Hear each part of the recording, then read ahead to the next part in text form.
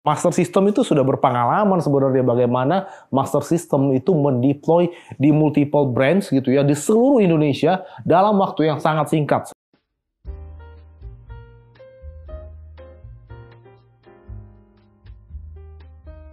Hai Masterian, semoga dimanapun kamu berada tetap sehat dan semangat ya. Kembali lagi bersama saya Ino di Master Talk, Inspiration Talk with the Master. Gimana nih tahun baru 2023-nya? Sudah punya resolusi apa? Apakah sudah punya plan ke depannya? Kalau belum, yuk sambil nonton podcast ini kita sama-sama simak hari ini kita mau bahas tentang hybrid connectivity. Dan sudah hadir bersama saya ada Bapak Milton, Cyber Security Specialist Cisco Indonesia. Halo Pak Milton. Halo. Dan ada Pak Ardi, GM Automation dan Networking dari Master System Infotama. Halo Pak Ardi. Halo. Gimana nih kabarnya hari ini? Kabarnya sangat baik, luar biasa. Luar biasa. Gimana Pak Ardi kabar hari ini? Juga, alhamdulillah. Baik ya, oke. Nah karena kedua narasumber kita saat ini sudah siap, mungkin kita langsung tanya aja kali ya. Nah di tahun 2023 ini mungkin dari tahun-tahun sebelumnya sebenarnya tren tentang cloud ini kan sudah menyeruak ke permukaan ya, sudah banyak sekali adopsi dari cloud ini. Tapi sebenarnya tren ke depannya akan seperti apa nih di masa depan?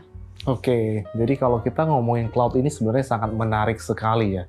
Jadi kalau kita ngelihat sekarang itu ada istilahnya bahkan semua akan cloud pada waktunya. Oke, gitu ya. Semua akan cloud pada waktunya. Kita coba ngelihat dari review dari berbagai macam analis ya, salah satunya Gartner. Nah, Gartner itu menyatakan bahwa pada tahun 2025 bahwa lebih dari 60% organisasi itu akan menggunakan cloud gitu ya.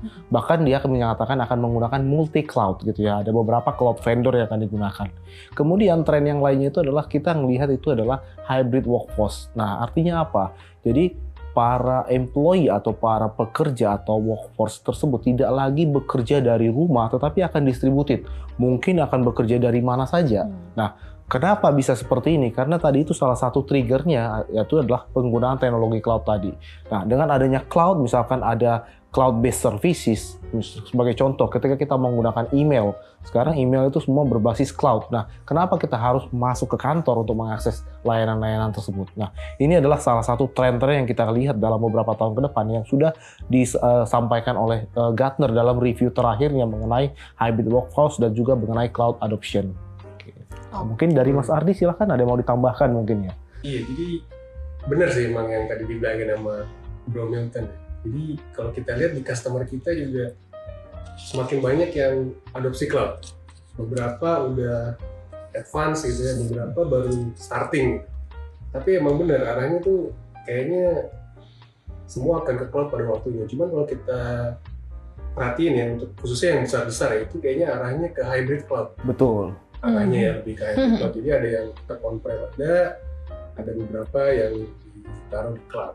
Tapi benar sih arah trennya ke sana. Terus hybrid work juga kalau kita lihat di customer kita itu kayaknya nggak akan hilang. Jadi kalau dulu dibilang impossible gitu ya berapa tahun lalu gitu ya, sekarang sih justru itu yang ini apa namanya normal gitu. Apalagi dengan masa pandemi kemarin, Betul. kita dipaksa untuk bekerja dari rumah, nggak boleh datang ke kantor kan, begitu kan kata pemerintah. Walaupun sekarang mulai dihapus ini PPKM, orang mulai bekerja dari mana saja. Udah trennya sekarang kalau kita lihat bahkan mungkin gedung-gedung kantor di Jakarta tingkat okupansinya sekarang menurun karena employee-nya kebanyakan bekerja dari rumah. Iya, dan produktivitas juga ternyata nggak menurun. Kalau dulu kan dibilang, wah kalau kerja dari rumah ngapain gitu kan, jangan-jangan nggak kerja gitu. Nggak bisa dikontrol ya Pak. Benar. Ya, ternyata lebih produktif kita ya kalau betul sekali itu. Betul sekali. Full ke kerja mesti Mesti ke commute kantor. gitu kan. Betul. Habis waktu. Namun di sisi lain dari adopsi dengan seiring dengan berkembangnya cloud tersebut sebenarnya ada juga challenge-nya. Betul. Terutama dari perspektif cyber security. Kalau kita ngomongin dari cyber security, challenge-nya itu terutama adalah bagaimana caranya suatu organisasi bisa menerapkan policy atau cyber security protection yang sama untuk seluruh employee maupun asetnya ataupun resource-nya, dimanapun aset atau resource tersebut berada. Kalau misalkan sebelumnya ya, kita bicara mengenai centralized network gitu ya. Semuanya aset-aset kita, resource-nya kita, servernya kita, aplikasinya kita ada di satu lokasi. Ya kita tinggal protect lokasi tersebut. Kita buat perimeter security-nya, benar sekali. Nah, sekarang kalau kita bicara mengenai misalkan public cloud, oh ada aplikasinya, kita ada di cloud. Bagaimana cara kita memprotek hal tersebut?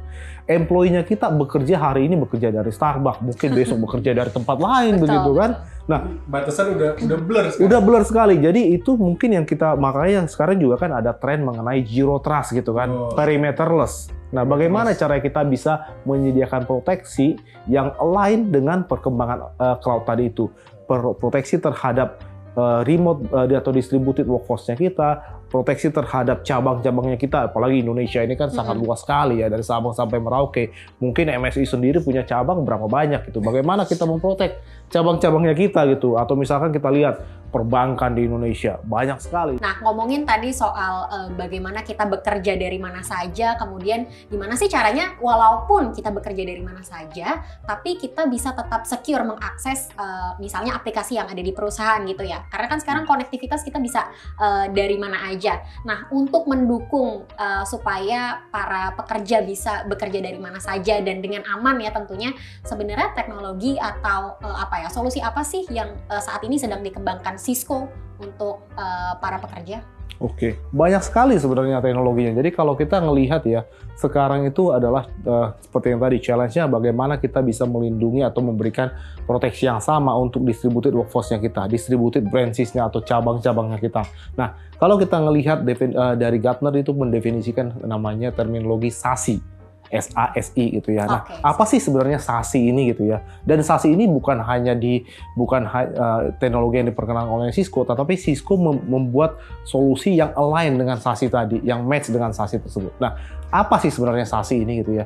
Kalau kita ngelihat dari definisi Gartner tersebut, SASI itu terdiri dari dua komponen. Komponen yang pertama kita sebut sebagai Network as a Services. Komponen yang kedua itu sebagai Security as a Services. Nah, kalau network as a services itu seperti apa? Bagaimana kita mendefinisikannya? Nah, Cisco mendefinisikan itu atau mentransform terminologi tersebut ke dalam solusi SD-WAN. Nah, Cisco memperkenalkan yang namanya benar. Bagaimana cara kita bisa menyediakan networknya secara secure gitu kan? Nah, kita memperkenalkan SD-WAN, ada baik itu dengan menggunakan teknologi VPLA ataupun dengan menggunakan teknologi Meraki. Nah, kemudian yang kedua ada tadi komponen yang kedua adalah security as a service. Nah, kalau kita ngomongin security as a service, apa sih yang harus kita cover dari security ini gitu ya? Kalau misalkan kita bicara secure branch atau secure distributed network workforce, apa yang harus kita provide di sana? Gartner mendefinisikannya yang pertama harus ada fungsi secure web gateway atau proxy yang kita kenal gitu ya. Kemudian ada fungsi CASB. Ada fungsi firewall as a service, ada fungsi DLP di sana, dan tambahannya mungkin ada malware protection, ada DNS. Nah, bagaimana Cisco menyediakan solusi yang align dengan security as a service tadi? Cisco memperkenalkan yang namanya Umbrella gitu.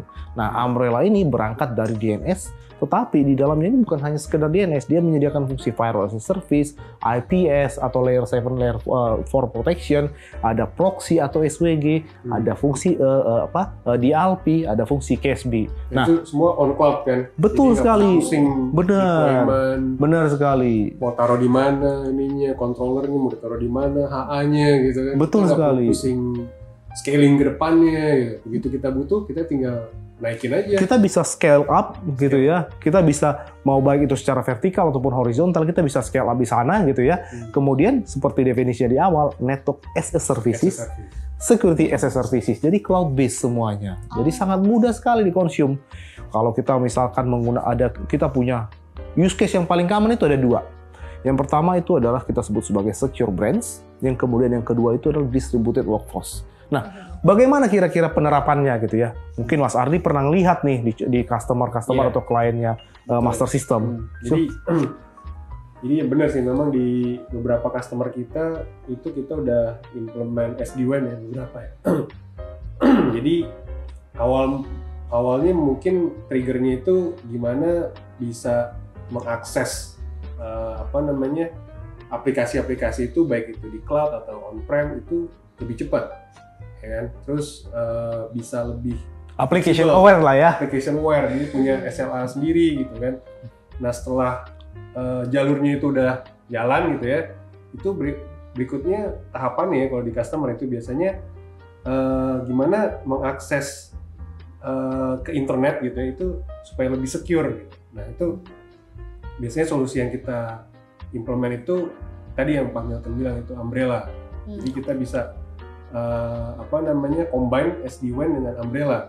Jadi udah jalurnya cepat, terus secure pula. Nah, jadi biasanya yang seperti itu, kalau saya boleh menambahkan Mas Ardi, jadi kan biasanya kan seperti itu, namanya cabang nih ya, kita bicara yang konteks secure edge dulu nih. Di cabang, biasanya kan kalau zaman dulu ya, internetnya semua dilempar ke data centernya mereka, ke headquarternya mereka. Nah, pada saat pandemi tersebut, orang pakai Webex, pakai Zoom, pakai Teams, collaboration tools. Kalau semuanya dilewatin ke data centernya atau ke headquarternya, wah, trafficnya akan sangat ruwet sekali itu gitu ya. Habis itu bandwidthnya. Padahal sekarang kalau orang mau langganan internet kan murah sekali ya. Dan Nah, bandwidthnya gede. bandwidthnya gede gitu. Dan Kita bisa kualitasnya udah beda sama dulu. jauh lebih bagus kan. Sekarang Nah, udah bagus. tapi pertanyaannya, kalau misalkan di cabang kita kasih direct internet access, dikasih direct internet access. Nah, proteksinya gimana? Itu kan yang menjadi pertanyaan. Challenge-nya. Kalau kita mau pasangin di sana traditional approach, kita pasangin firewall, kita pasangin IPS segala macam. Yang manage siapa? Itu kan jadi pertanyaan juga. Kita bicara mengenai operationnya seperti apa. Nah, dengan menggunakan teknologi SASE tadi, on top of SD-WAN ini diintegrasikanlah fungsi Security as a Service, sehingga jadi menjadi full blown untuk SASE.